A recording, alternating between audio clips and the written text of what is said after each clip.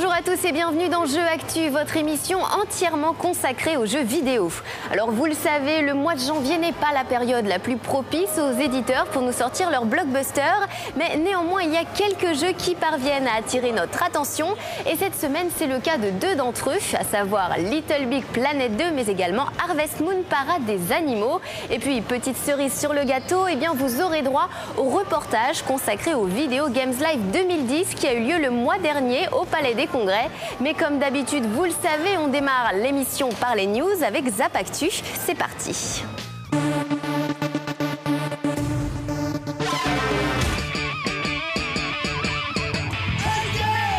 Salut à tous, bienvenue dans ce nouveau numéro de Zap Actu, l'essentiel de l'actualité de la semaine. Et on commence sans plus attendre avec les news les plus croustillantes. Et elles ont été nombreuses car cette semaine fut l'occasion pour Nintendo de présenter en grande pompe la Nintendo 3DS à l'ensemble de la presse européenne et américaine. Durant cet événement, nous avons appris la date de sortie de la machine qui arrivera le 25 mars en Europe et 2 jours plus tard aux États-Unis. Le prix américain a été fixé à 250 $, tandis que l'Europe devra se mettre d'accord avec les revendeurs. Si l'on retrouvera une dizaine de jeux signés de la patte de Nintendo, Electronic Arts, Capcom et Ubisoft soutiendront la console comme il se doit. Autre nouvelle, et pas des moindres, la 3DS sera zonée, ce qui signifie qu'on ne pourra plus jouer avec les jeux venus des autres pays. Autrement, pour la bonne nouvelle, sachez qu'un seul code ami par joueur sera dorénavant nécessaire, ce qui permettra de faciliter la connexion sur Internet. C'est autrement lors du THQ Gamers Week 2011 qui s'est tenu à New York il y a quelques jours que MX vs ATV E-Live a été annoncé et qui marque l'envie pour THQ de continuer à soutenir cette licence qui n'a jamais vraiment réussi à percer. Dans ce nouvel épisode, il sera possible de se castagner face aux autres concurrents, un ajout à ne pas négliger car il influera directement sur les courses, tout comme les traces de pneus laissées sur la boue. Le départ sera donné au mois de mai prochain. Peu médiatisé malgré son lourd potentiel, Top Spin 4 nous donne enfin de ses nouvelles, suite à une présentation faite il y a quelques jours à Paris. Les développeurs, désormais basés en République tchèque, sont venus nous montrer l'évolution du jeu et nous confirmer qu'il arrivera le 18 mars prochain sur Xbox 360, mais aussi PlayStation 3. On vous rappelle que cet épisode permettra de retrouver les plus grands joueurs de tennis de la planète, les plus actuels comme Nadal ou Federer, et les légendes telles que Agassi, Sampras, Lendl, Courir et même Michael Chang. Et sans plus attendre, on va commencer les tests vidéo avec tout de suite celui qui fait la une de tous les médias, à savoir Little Big Planet 2. Et oui, 2 ans après un premier épisode novateur et plein de surprises, voilà que cette suite vient consolider les bases et même proposer encore plus de possibilités de customisation. Un titre à ne surtout pas manquer.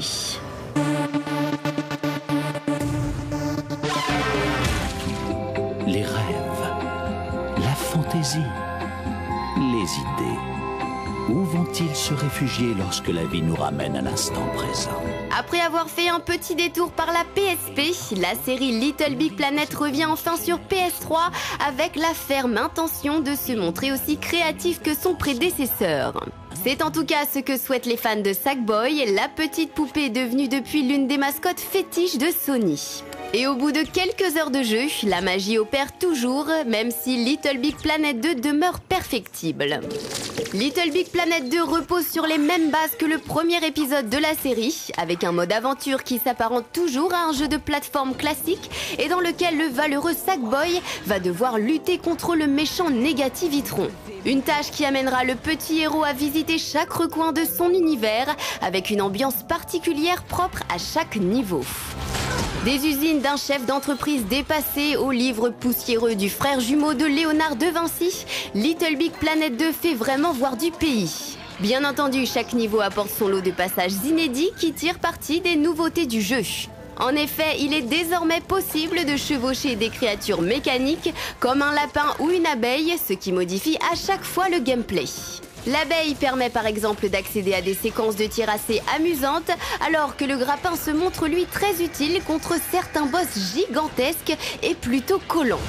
Malheureusement, la prise en main de Sackboy fait toujours défaut et il est encore une fois bien difficile de jouer précisément avec le personnage en tissu. Malgré tout, ce mode aventure est un passage obligé pour l'éditeur de niveau. Ils permettent en effet de récolter un maximum d'objets qui servent par la suite à créer ses propres levels. Extrêmement riche, l'éditeur de niveau laisse libre cours à l'imagination du joueur et chaque mécanisme du jeu peut être disposé de plusieurs façons possibles. Les Sackbots représentent l'une des principales nouveautés de Little Big Planet 2 car ils donnent le pouvoir de créer des PNJ qui exécutent les ordres donnés par le joueur. Une excellente idée qui rend les niveaux créés encore plus vivants. Malheureusement, tous ces ajouts n'empêchent pas Little Big Planet 2 d'afficher un certain nombre de défauts qui étaient déjà présents dans le premier volet, comme par exemple l'impossibilité d'importer ses propres images et la création des niveaux qui peut devenir rapidement complexe. Dommage car Little Big Planet 2 possède des qualités indéniables qui participent au succès de la série. La réalisation est toujours aussi séduisante et l'ambiance musicale a fait encore une fois l'objet de toutes les attentions.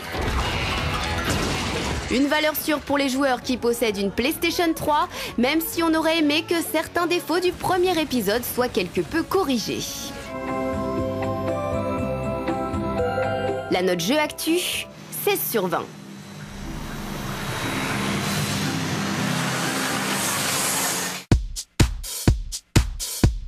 Vous aimez les animaux, vous adorez vous en occuper ou même prendre soin de votre potager, eh bien Harvest Moon Parade des animaux est fait pour vous. Et oui, c'est le nouvel épisode à voir le jour sur Wii et il devrait ravir les joueurs proches de Dame Nature. Regardez.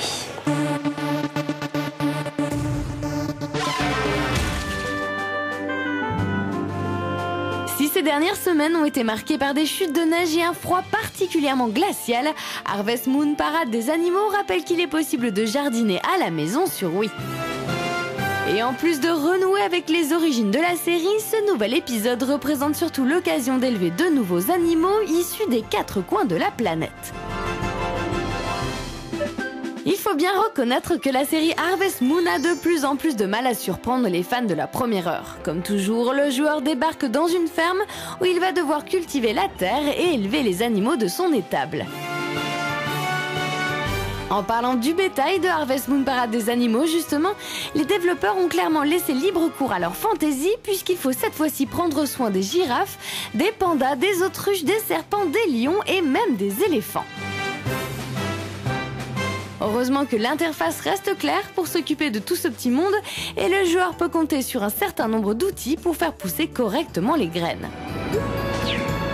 Harvest Moon Parade des animaux nécessite un véritable sens de l'organisation et il est impératif de garder constamment un œil sur ses récoltes, sans oublier les saisons et la météo qui influencent le comportement des animaux et la pousse des graines. Si le village est l'endroit idéal pour se remplir les poches en vendant ses fruits et légumes, c'est aussi l'occasion pour nouer des nouvelles amitiés et pourquoi pas trouver la femme de sa vie.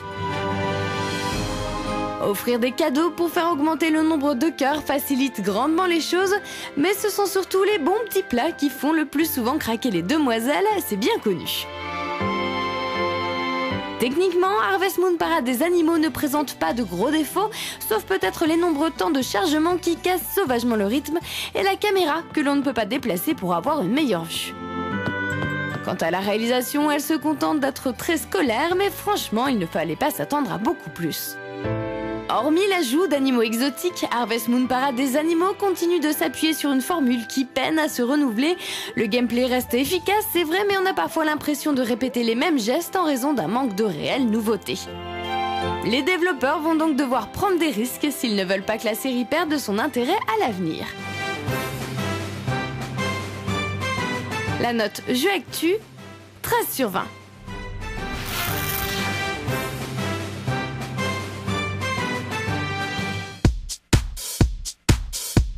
Et puis comme chaque année, tous les joueurs se sont donné rendez-vous au Palais des Congrès pour assister à la nouvelle édition du Video Games Live. En effet, Tommy Tallarico et son orchestre symphonique se sont produits à Paris pour la 3e année consécutive pour nous jouer les plus grandes musiques du jeu vidéo. L'ambition était là, mais pas vraiment la motivation. Regardez.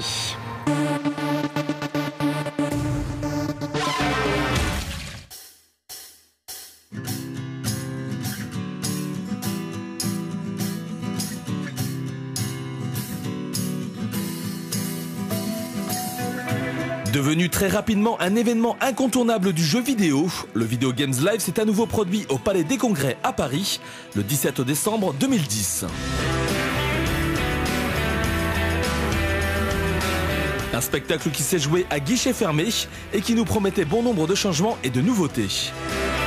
La première, la plus notable, n'est autre que la présence d'un tout nouveau chef d'orchestre, Emmanuel Fratiani, remplaçant de Jack Wall, l'ancien acolyte de Tommy Tallarico, qui après de nombreuses années à sillonner le monde avec son orchestre, a décidé de s'éloigner du projet pour de nouvelles aventures.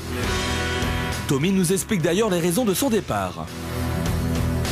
Nous sommes sur la route tout le temps. Nous faisons environ 50 à 60 représentations par an. Du coup, Jack a préféré nous quitter pour se concentrer sur sa carrière de compositeur. Il a composé entre autres la bande originale de Mass Effect 2. C'est d'ailleurs l'une des musiques que nous allons interpréter ce soir pour lui. C'était assez compliqué pour lui d'être en permanence à l'étranger car il a une famille. Mais maintenant, nous avons Emmanuel qui a autant de talent.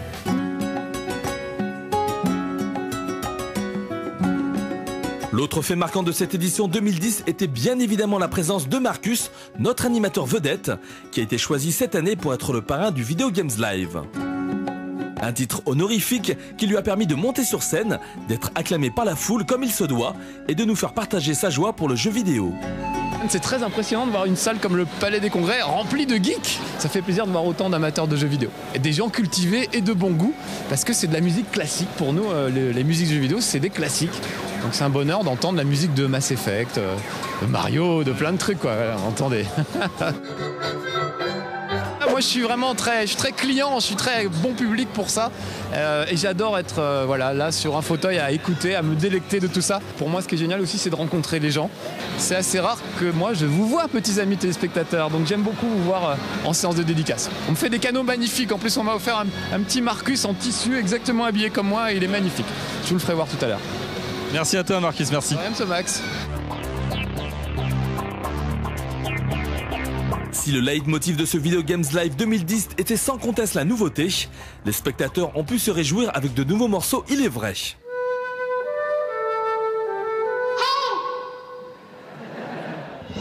Pêle-mêle, nous avons pu découvrir un medley de plusieurs épisodes de Castlevania, une reprise du tout premier jeu Tron que Tallarico semble apprécier au point de porter un caleçon à l'effigie du jeu.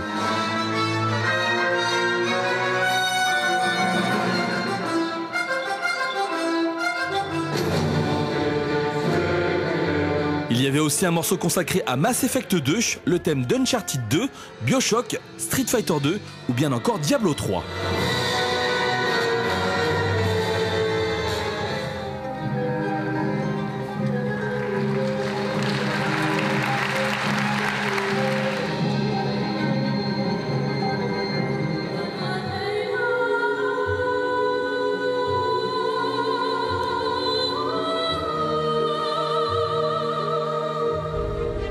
Des nouveautés donc, mais pas forcément des musiques fédératrices.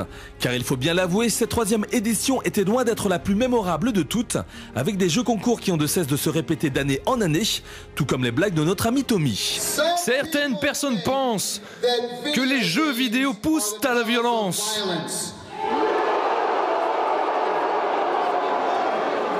Moi je dis, tuons-les! Tuons ces gens! Tuons-les!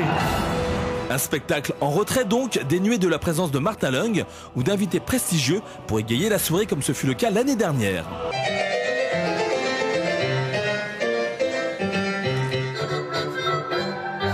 Heureusement, le groupe Accords et âmes, les gagnants du jeu concours, sont parvenus à réveiller la salle grâce à leurs prestations folkloriques.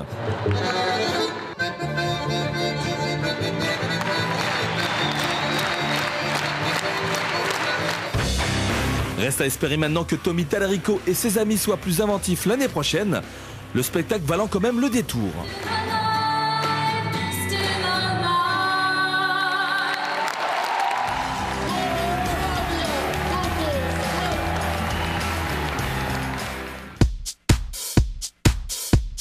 Voilà, c'est déjà la fin de cette émission Jeux Actu. J'espère que vous avez passé un agréable moment en notre compagnie.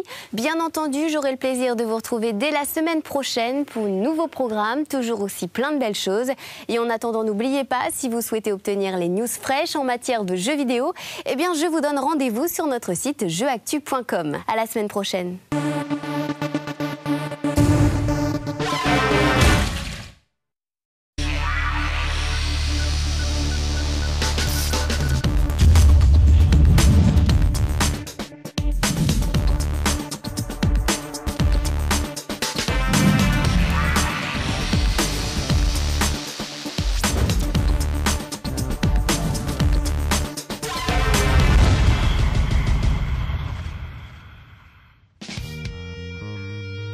Bonjour à tous et bienvenue dans Jeux Actu, votre émission entièrement consacrée aux jeux vidéo. Alors vous le savez, le mois de janvier n'est pas la période la plus propice aux éditeurs pour nous sortir leurs blockbusters, mais néanmoins il y a quelques jeux qui parviennent à attirer notre attention et cette semaine c'est le cas de deux d'entre eux, à savoir Little Big Planet 2 mais également Harvest Moon Parade des animaux. Et puis petite cerise sur le gâteau, eh bien vous aurez droit au reportage consacré au Video Games Live 2010 qui a eu lieu le mois dernier au Palais des Congrès. Mais comme d'habitude, vous le savez, on démarre l'émission par les news avec Zap Actu. C'est parti.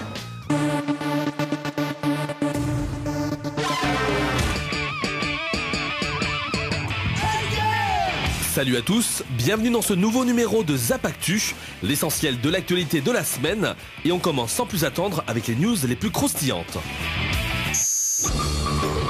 Et elles ont été nombreuses car cette semaine fut l'occasion pour Nintendo de présenter en grande pompe la Nintendo 3DS à l'ensemble de la presse européenne et américaine. Durant cet événement, nous avons appris la date de sortie de la machine qui arrivera le 25 mars en Europe et 2 jours plus tard aux États-Unis. Le prix américain a été fixé à 250 $, tandis que l'Europe devra se mettre d'accord avec les revendeurs. Si l'on retrouvera une dizaine de jeux signés de la patte de Nintendo, Electronic Arts, Capcom et Ubisoft soutiendront la console comme il se doit. Autre nouvelle, et pas des moindres, la 3DS sera zonée, ce qui signifie qu'on ne pourra plus jouer avec les jeux venus des autres pays. Autrement, pour la bonne nouvelle, sachez qu'un seul code ami par joueur sera dorénavant nécessaire, ce qui permettra de faciliter la connexion sur Internet. C'est autrement lors du THQ Gamers Week 2011 qui s'est tenu à New York il y a quelques jours que MX vs ATV E-Live a été annoncé et qui marque l'envie pour THQ de continuer à soutenir cette licence qui n'a jamais vraiment réussi à percer. Dans ce nouvel épisode, il sera possible de se castagner face aux autres concurrents, un ajout à ne pas négliger car il influera directement sur les courses, tout comme les traces de pneus laissées sur la boue. Le départ sera donné au mois de mai prochain.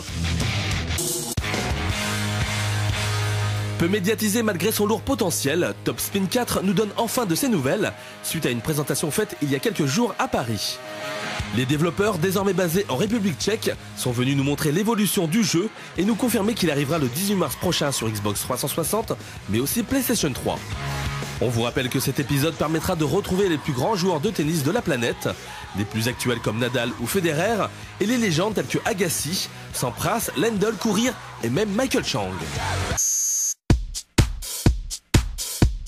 Et sans plus attendre, on va commencer les tests vidéo avec tout de suite celui qui fait la une de tous les médias, à savoir Little Big Planet 2. Et oui, 2 ans après un premier épisode novateur et plein de surprises, voilà que cette suite vient consolider les bases et même proposer encore plus de possibilités de customisation. Un titre à ne surtout pas manquer.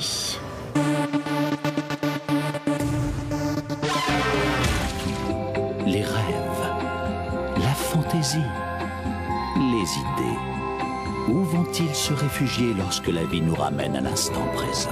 Après avoir fait un petit détour par la PSP, la série Little Big Planet revient enfin sur PS3 avec la ferme intention de se montrer aussi créatif que son prédécesseur.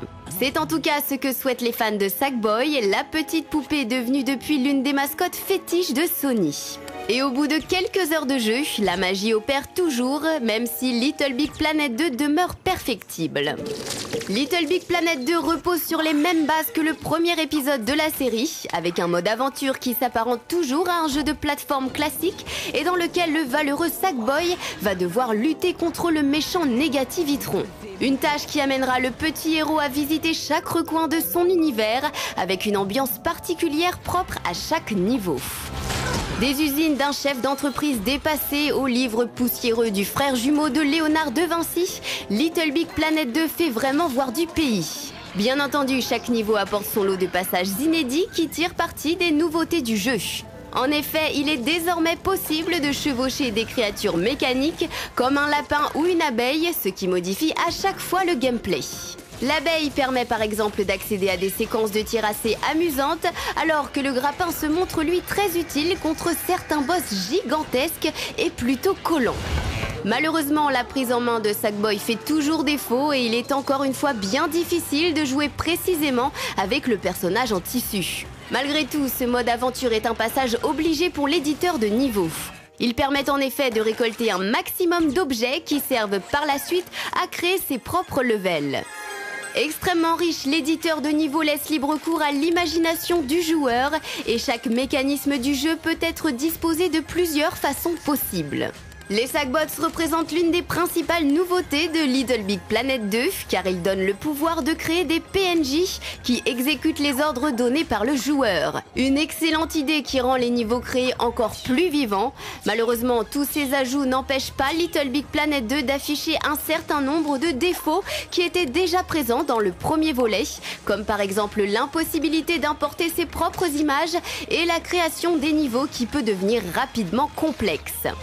Dommage car Little Big Planet 2 possède des qualités indéniables qui participent au succès de la série. La réalisation est toujours aussi séduisante et l'ambiance musicale a fait encore une fois l'objet de toutes les attentions. Une valeur sûre pour les joueurs qui possèdent une PlayStation 3, même si on aurait aimé que certains défauts du premier épisode soient quelque peu corrigés. La note jeu actu, 16 sur 20.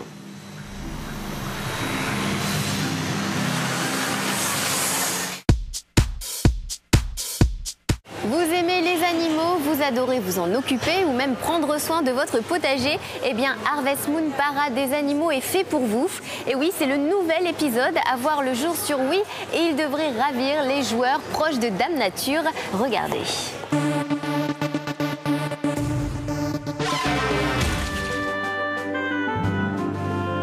Si ces dernières semaines ont été marquées par des chutes de neige et un froid particulièrement glacial, Harvest Moon Parade des animaux rappelle qu'il est possible de jardiner à la maison sur Wii.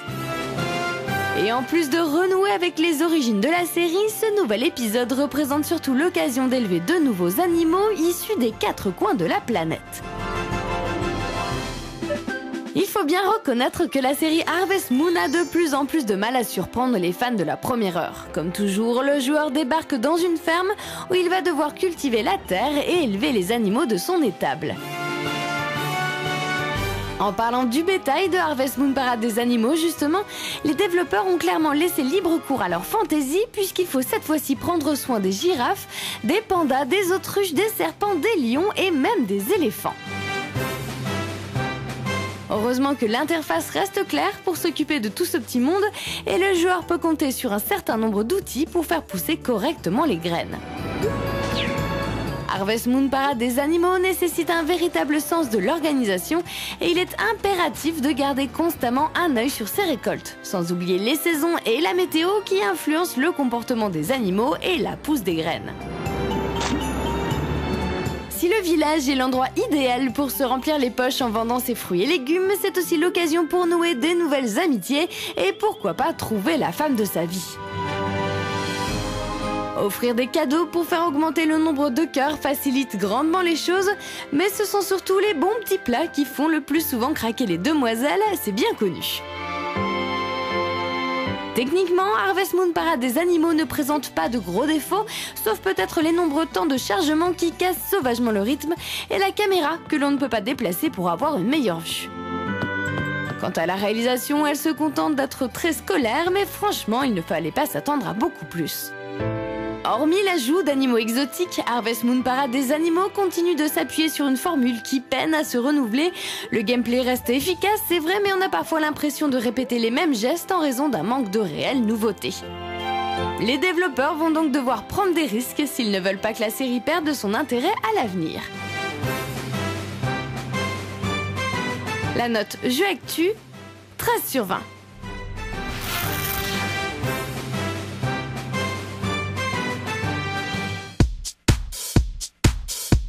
Et puis comme chaque année, tous les joueurs se sont donné rendez-vous au Palais des Congrès pour assister à la nouvelle édition du Video Games Live. En effet, Tommy Tallarico et son orchestre symphonique se sont produits à Paris pour la 3e année consécutive pour nous jouer les plus grandes musiques du jeu vidéo. L'ambition était là, mais pas vraiment la motivation. Regardez.